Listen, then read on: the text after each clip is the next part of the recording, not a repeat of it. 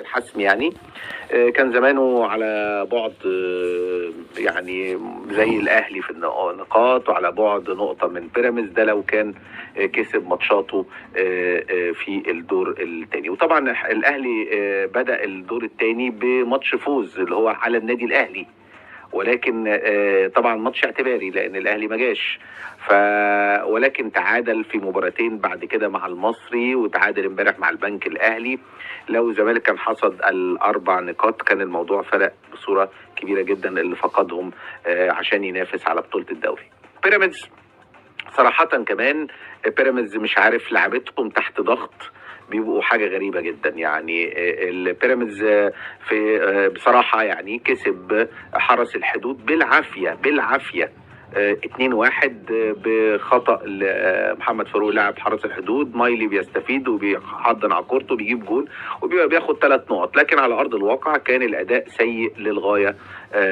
المباراه اللي بعد كده فاركو، رغم ان فاركو يعني سابوا محمود جهاد للزمالك وده واحد من نجوم الفرقه وكده، ورغم كده وسابوا لعيب اخر، لكن رغم كده فاركو قدم مباراه كبيره جدا ولاعيبته قدمت. محمود عماد وعمرو ناصر وغيرهم كتير في الفرقه عملوا مباراه كبيره جدا قدام بيراميدز وكسبوا 3-2.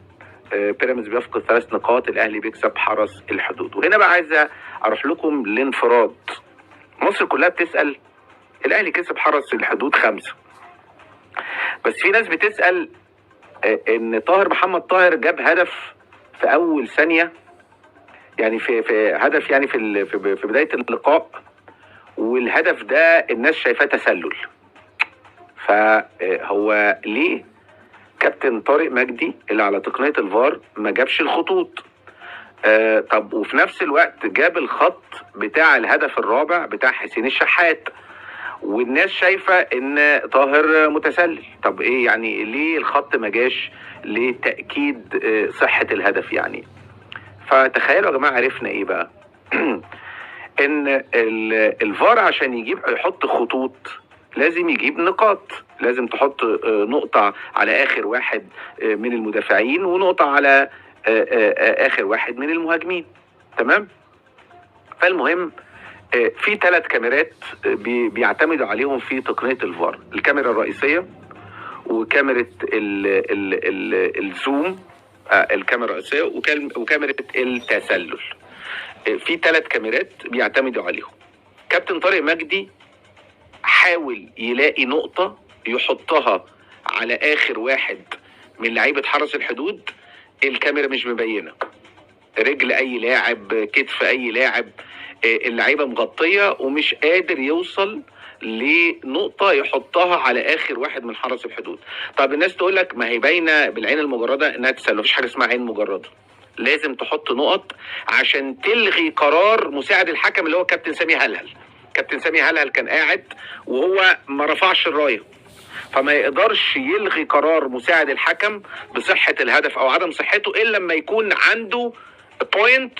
عشان كده كابتن طارق مجدي ما حطش النقط، وبالتالي ما قدرش يوصل للنقطة الأخيرة للاعب المدافع لحرس الحدود، وبالتالي مشي مع حكم الراية كابتن سامي هلال وحسب الهدف، وده عمل لغط كبير جدا. وده بسبب ايه بقى؟ طب هل ده ينفع يتعمل مثلا في الدوري الإنجليزي؟ طب ينفع يتعمل في الدوري السعودي؟ هل ينفع مثلا ان ما نلاقيش النقطة؟ لا، بيقول لك الفيرجن اللي بنشتغل عليه في مصر في تقنية الفار فيرجن قديم، وبالتالي لا ممكن ما تعرفش تحط النقط في الفيرجن ده. هو كان داني يقول لك ايه ان دي يعني ده بشر وممكن يخطأ في حط وضع النقط ده بنسبة 99%. كلام اي كلام، لان اي ولد صغير عنده 11 سنه اما بيقعد على جهاز كمبيوتر او حاجه ويتعلم خلاص هيحط لك النقطه زي ما انت عايز. ما بالك حكم بقى بيتمرن ومعتمد من الفيفا، معتمد من الكاف وحكم دولي وغيرهم كتير يعني، وبالتالي متمرن خلاص. مش الموضوع مش صعب قوي انه يحط نقطه غلط يعني، لكن صعب انه يوصل للنقطه لو متغطيه من اللعيبه، وده اللي حصل. كمان لغط كبير برضو على فكرة، يعني انا مش عايز اتكلم في النقطة دي، وده مش بنتكلم في التحكيم، احنا بنتكلم على موقف حصل وبنشرحه للناس عشان يعرفوا ان ساعات الفار والبوينتس ما بتتحطش بسبب ان هو مش شايف نقطة يحطها على اللاعب.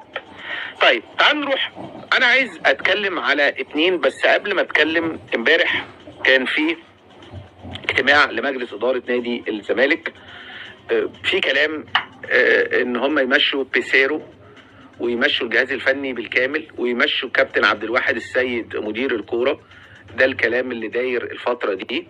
طب هم هيجيبوا مين؟ هل هيجيبوا مدرب اجنبي تاني في الوقت ده في التوقيت ده؟ لا، هم بيدوروا على مدرب مصري.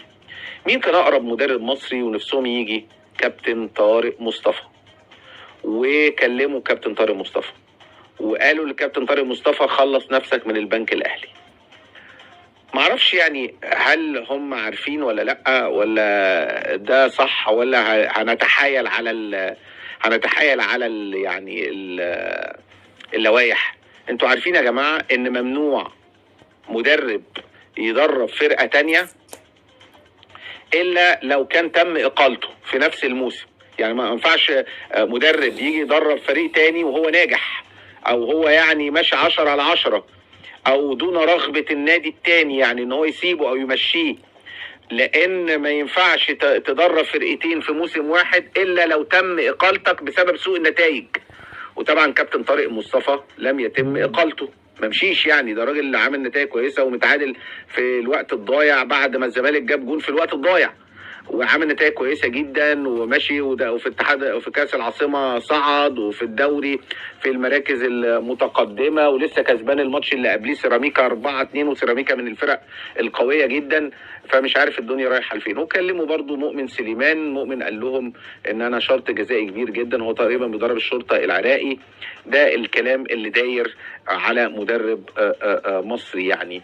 وفي كلام ان هم برضو كلموا احمد عيد عبد الملك عشان يبقى مدير كرة، قال لهم لا انا مدير فني. كلموا عبد الحليم علي عشان يجي بعد ما كان موجود قبل كده، وهو ماسك كان ماسك قبل كده من فترة مودرن مدير كرة ورحل. يعني في كلام على المرحلة دي. لكن هل الزمالك مشكلته في المدير الفني ولا مشكلته في اللاعبين؟ هل الزمالك محتاج لعيبة؟ محتاج لعيبة. طب لو انت جيت قررت كده وقلت هو الزمالك السكواد بتاعه رقم كام، فبدون زعل ولا حزن من جماهير نادي الزمالك نقدر نقول ان اقوى سكواد موجود يعتبر دلوقتي بعد الصفقات الجديدة النادي الاهلي، ويأتي بيراميدز من بعده. يعني لو احنا بنتكلم السكواد، الاهلي وبيراميدز ممكن يكونوا زي بعض، ممكن يكون الاهلي افضل. نيجي بعديهم سيراميكا من السكوادات القوية